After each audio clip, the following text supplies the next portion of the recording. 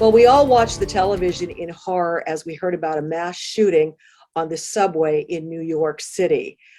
But what if you happened to be on the subway when this incident occurred?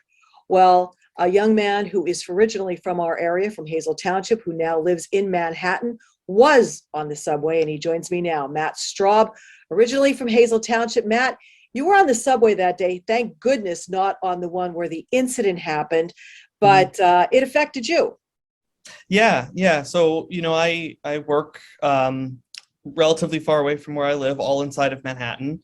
And the subway is generally one of the most reliable ways to get around. So I woke up that morning, I was doing my normal routine, got in the subway, making my way downtown near Wall Street to go to work that day. And the train was held between two stations for a long period of time. Now, a lot of the subways are old. They make announcements, but it's muffled. It's hard to hear. And, delays on the subway and public transportation happen all the time. So, being someone that's lived here since 2016, I didn't think anything of it at first. I just figured there's a malfunction, there's a delay, there's a signal problem, we'll just be moving shortly. So then, we started moving, and eventually we got to where we all needed to be. But there was no real notice or notification or announcement that there was any kind of problem until I actually got into the office. And of course, then everyone was talking about it because it was on the news, it was on social media, it was kind of all over the place. So that's when I was like, wow, I mean, it's happening then. So, thankfully, like I said, I wasn't in that neighborhood, but because the subways are so interconnected, as soon as one has some kind of incident or delay, it's like a domino effect. So now, are you seeing stepped up police presence because the new mayor now said he was going to increase the police presence?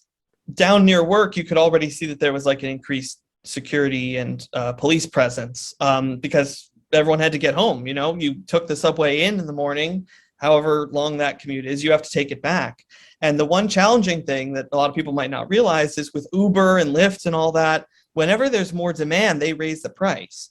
So if it might take you, a ride that's $20 or $30 on a day like that, where people feel, unsafe on the subway, they all want to take these cars, it could be up close to $100. So it's like, how many people are going to afford to, pay double just to feel a little bit more safe on their commute? So a lot of people just wind up still taking either a bus or a subway or something, just because, that all the other options are so expensive. Is this getting into your head at all now? Like, we've seen the woman pushed on the tracks. Like, there's been some really tough situations that we've seen and heard about on the news. Does it worry you, or do you figure, hey, it's just part of my life, I have to do this? It's unfortunate, especially because, with the whole COVID thing, it started really to feel like things were starting to happen again in New York. Broadway reopened, museums reopened, you could go see concerts and sporting events, and tourism and people coming to Times Square and going down to Wall Street. That's what New York's economy really depends on a lot. So it's unfortunate that we have these other incidents now that are making a lot of people feel unsafe. I was definitely a little concerned about it. Thankfully, I wasn't in the neighborhoods where it was actually happening, or else I probably would have requested to either work remotely or something for a day or whatever. And I know there was a lot of companies that did that either said, if whenever you need to leave or go or arrive the next day, because we know that there might be more delays, or, since they didn't even catch him for at least 24 hours, they were letting people kind of be a little bit more flexible with, where they were going to work from and how they were going to start and end their shifts and things.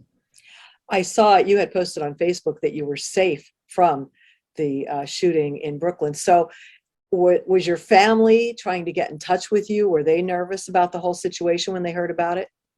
Yeah, they always reached out, because I went to college here, and in college they had a really good system that would actually like alert parents and students and everyone if there was any kind of incident or power outage or any kind of emergency that everyone should be aware of.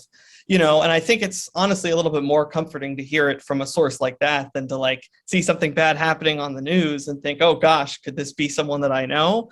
So yeah, between the Facebook thing where it asks you if you were involved and if you're safe or not, there was definitely more people that reached out to say, glad saw the post on Facebook, glad to see that things are okay.